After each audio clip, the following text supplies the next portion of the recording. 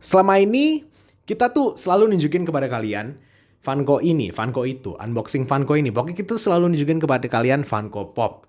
Dan itu seru sih, dan itu keren. Tapi menurut gue lebih keren lagi kalau lu suka sesuatu, lu juga cari tahu lah asal-usul dan sejarah dari hal tersebut. Sama halnya kalau lu suka orang ya, lu pasti nyari tahu lebih tentang orang tersebut. Makanya pada hari ini, gue, Billy Ben dari Funko Popu, akan mempersembahkan kepada kalian penonton kita yang tercinta sejarah dari Funko dan Funko Pop.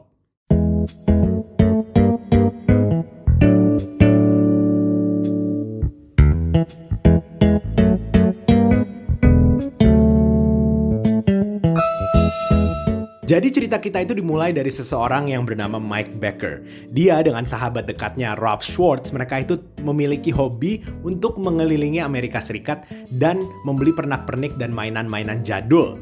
Nah, lebih dari itu, mereka juga memiliki passion, mereka memiliki hobi untuk membuat mainan, dan mereka juga pengen banget menjual mainan bobblehead kepada orang-orang di seluruh dunia. Bobblehead itu kalau kalian nggak tahu, itu mainan-mainan yang kepalanya bisa kayak begini ya.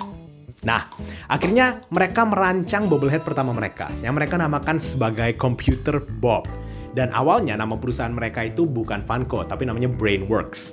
Akhirnya mereka ubah jadi Funko karena mereka tuh pengen orang have fun. Jadi Funko sendiri merupakan singkatan dari Fun Company. Dan Mike Becker menobatkan dirinya sebagai COF. Bukan CEO, bukan CFO, tapi COF, yang merupakan singkatan dari Chairman of Fun. Keren juga menurut gue. Melanjutkan dari rancangan bobblehead paling pertama mereka itu membuat series mainan yang mereka namakan sebagai Wacky Wobblers. Wacky Wobblers ini merupakan karakter-karakter dan tokoh-tokoh yang dalam bentuk bobblehead gitu. Dan Wacky Wobbler paling pertama adalah Wacky Wobbler dari seseorang maskot yang bernama Big Boy. Awalnya gue juga nggak tahu Big Boy ini apa dan Big Boy ini siapa. Ternyata Big Boy ini merupakan sebuah franchise restoran yang ada di Amerika Serikat dan sangat populer di Amerika di zamannya, terutama di West Coast atau bagian barat dari Amerika Serikat. Mike Becker ini tuh bingung, kenapa maskot yang sepopuler Big Boy itu nggak punya mainan pada zamannya. Akhirnya untuk Wacky Wobbler pertama, mereka putuskan untuk membuat karakter Big Boy.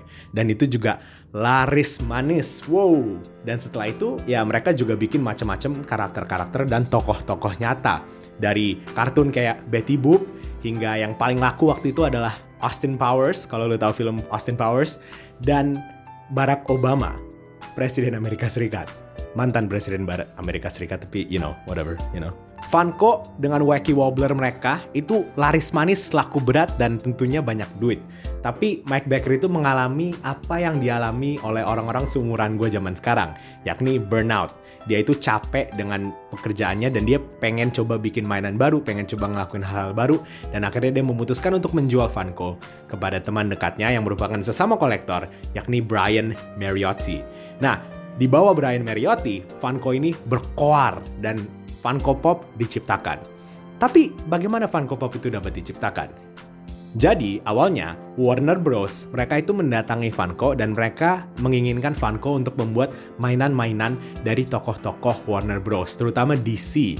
Tapi itu mereka pengen figur mainannya itu baru gitu. Sesuatu yang nggak pernah dibikin Funko sebelumnya. Dan akhirnya Rob Schwartz membuat sebuah desain untuk mainan plush. Tapi Warner Bros. Itu nggak setuju dengan plush. Mereka tuh pengen mainan yang bisa dipajang. Mainan yang bisa dipamerin dan orang tuh gampang kalau mau koleksi. Untungnya, desain awal Rob Schwartz plush ini itu tuh sangat mudah untuk diterjemah menjadi sebuah barang kolektor, menjadi sebuah mainan yang kokoh, yang kayak figur asli. Dan akhirnya terciptalah Funko Pop. Nah, karena kerjasama dengan Warner Bros. Ini, awal-awalnya Funko Pop itu rata-rata karakter-karakter Warner Bros. Dan karakter-karakter DC. Yang paling pertama itu seriesnya ada Joker, Penguin, Batman, dan juga Skeletor dari He-Man, Masters of the Universe. Baru 2011, setahun kemudian, Funko Pop itu meliputi karakter-karakter yang di luar Warner Bros. Dan DC, kayak misalnya Avengers, atau Jimi Hendrix, atau Bob Marley. Funko Pop itu pada awalnya dipandang sebagai sebuah kegagalan, dan awal itu dibenci dan tidak disukai oleh fans-fans Funko gitu. Terutama fans yang udah ngumpulin dari dulu. Kenapa bentuknya kecil dan aneh kayak gini? Padahal dulu kan rata-rata kolektor mereka isinya gede-gede gitu. Awalnya itu sempat dilihat gagal, tapi untungnya buat Funko, si Funko Pop ini menarik sebuah demografis baru yang Funko itu tadinya nggak punya. Jadi dari dulu sampai sekarang mayoritas pembeli Funko itu, kolektor Funko, adalah laki-laki yang berumur 30 tahun ke atas. Wow. Tapi karena adanya Funko Pop ini, mereka menarik perempuan dan juga anak-anak kecil. Bukan anak muda ya, tapi anak kecil, beneran bocah, untuk membeli Funko Pop dan mengoleksinya juga. Untungnya dengan demografis baru ini, penjualannya itu bagus dan lancar, dan akhirnya Funko Pop menjadi sebuah nama yang besar sekarang. Dan kalau lu ngomongin Funko, pasti sinonim dengan yang namanya pop.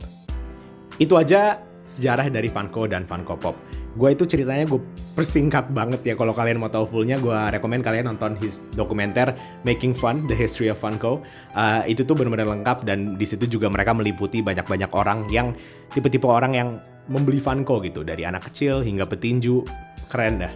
Abis itu jangan lupa juga kalau kalian mau beli Funko, jangan lupa untuk kontak kita. Sosial media kita itu semuanya ada di bawah. Kepoin, cek katalog kita. Atau kalian mau ngobrol doang, cuman pengen say hi.